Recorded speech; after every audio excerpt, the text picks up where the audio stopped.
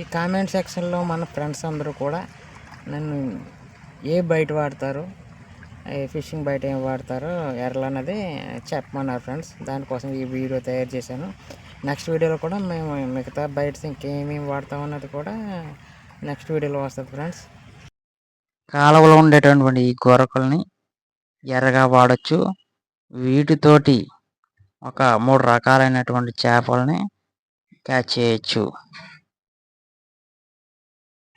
ఈ ఎరతోటి 3 రకాలైనటువంటి చేపలు పట్టొచ్చు ఫ్రెండ్స్.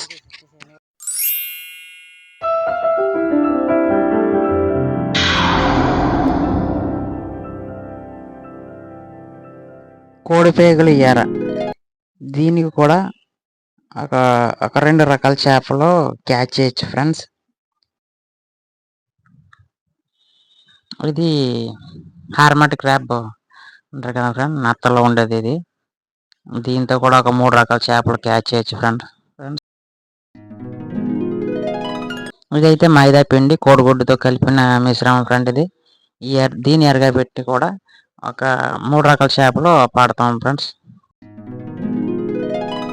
అదే ఇది రొయ్య, బతికున్న రొయ్యల్ని పండుగప్పలకి కొన్ని చేపలు, ఒక 2-3 రకాల చేపలు. దీనికి కూడా మంచి ఎర ఫ్రెండ్స్. ఇది వెంటనే చాలా ఫాస్ట్గా రెస్పాండ్ అవుతుంది చేప ఈ ఎరకి. ఈ ఎర చనిపోకుండా జాగ్రత్తగా కట్టడం అనేది చేయాలి ఫ్రెండ్స్.